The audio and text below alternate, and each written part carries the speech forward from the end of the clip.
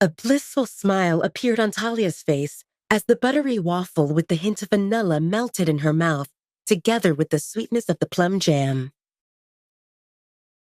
Caden told me this girl differed, but only now I realized how much. Stephanie's voice reached Damon through the mind link. Damon guessed that Stephanie alluded to the way he helped Talia with food. Nothing seems wrong with me helping the girl out. Damon took a sip of coffee nonchalantly.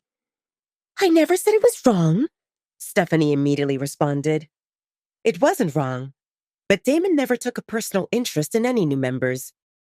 Stephanie knew that Damon waited for Talia at the pack hospital, gave her his old room on the 3rd floor, and now served her food. This seemed unheard of. Stephanie didn't consider the possibility that Damon harbored romantic feelings toward Talia. She thought of Damon as a child, and compared to him, Talia looked innocent and in need of protection, not romancing.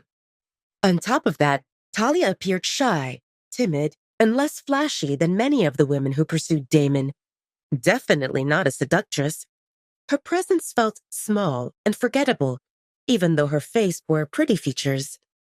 Talia looked bruised, and overall, Stephanie thought Talia seemed pitiful, which reinforced Stephanie's belief that Talia invoked the protective side in Damon.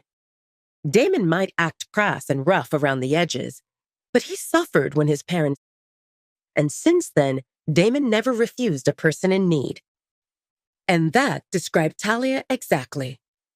Stephanie's daughter, Lisa, stood about that age, and Stephanie's heart ached at the thought that someone would be heartless enough to mistreat a girl like that.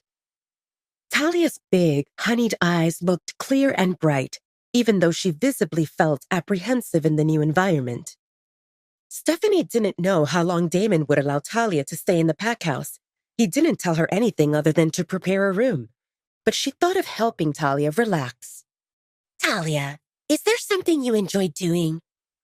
Talia blinked. Something she enjoyed? No one ever asked her such a question.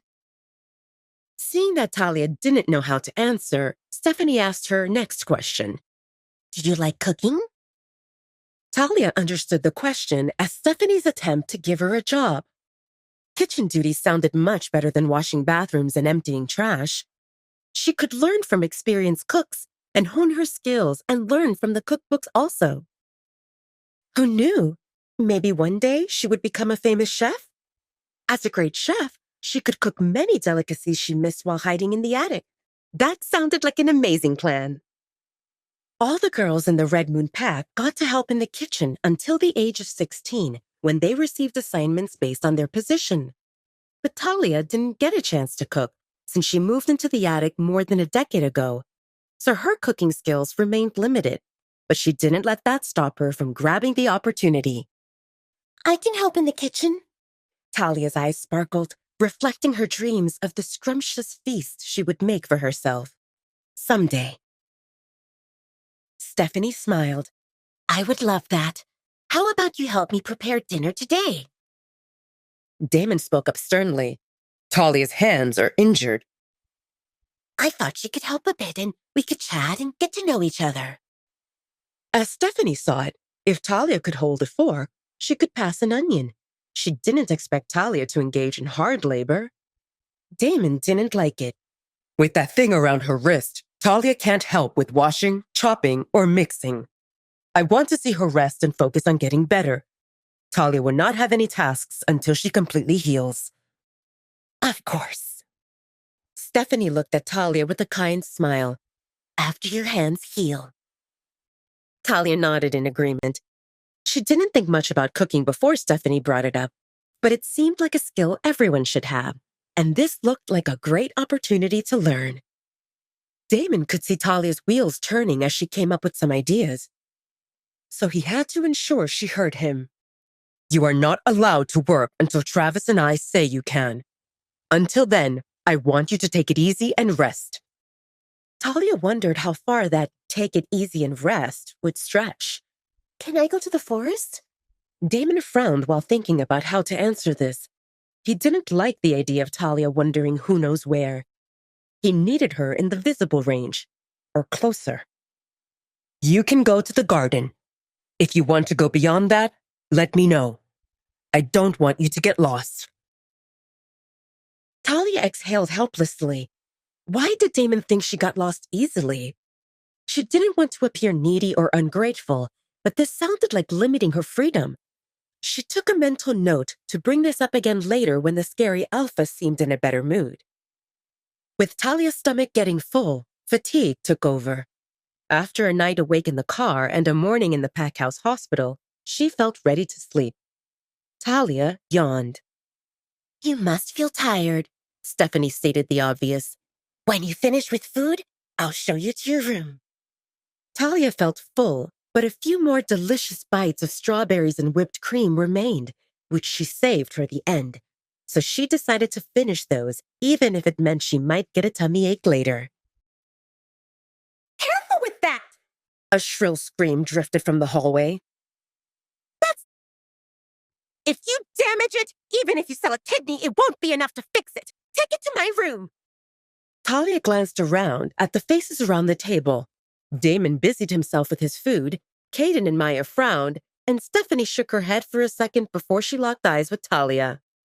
You're done, right? Stephanie said with urgency while standing up. Let me show you to your room. Before Talia could respond, Stephanie helped her up and practically pushed her toward the side door. Let's go through the kitchen so you see where it is, Stephanie said while beckoning Talia with her eyes to hurry. Talia glanced back to see the last 2 strawberries on her plate that she didn't get a chance to eat and saw Damon looking her way with a small frown on his handsome face. Then his head whipped to the door which connected to the hallway. Damon, baby! A curvaceous brunette appeared in the room with a big smile. You need to teach those Omegas how to treat their Luna. Luna? Talia felt flabbergasted. How many Lunas can one alpha have? Didn't he come to the Red Moon Pack to marry Marcy? Talia felt distracted because Stephanie led the way through the kitchen and then into a hallway before they started walking upstairs. Talia turned to Stephanie with confusion in her voice. Yes, we're going there. Talia pressed her lips into a line, and her heart started racing uncontrollably. They just passed the 2nd floor. Why did they still go up? Would she end up in an attic again? Here we are, Stephanie said in a sing-song voice while opening the door of the room on the 3rd floor. Talia glanced inside, not daring to take a step over the threshold. A big 4-poster bed, a work desk, a sitting area with a low coffee table, a sofa, and 2 sofa chairs filled the room before her. There was a reading nook with big pillows under the window on the left, a full bookshelf next to it, and 2 doors on the right wall stood open so Talia could see a bathroom and a closet. She blinked a few times and then looked at Stephanie. Are you sure we're in the right place? Stephanie smiled. Yes. Wait, that's not the end. You've just had a free taste. Now get the full story on the Pocket FM app, link in description. Check out our next video and playlist, and don't forget to like, share, and subscribe.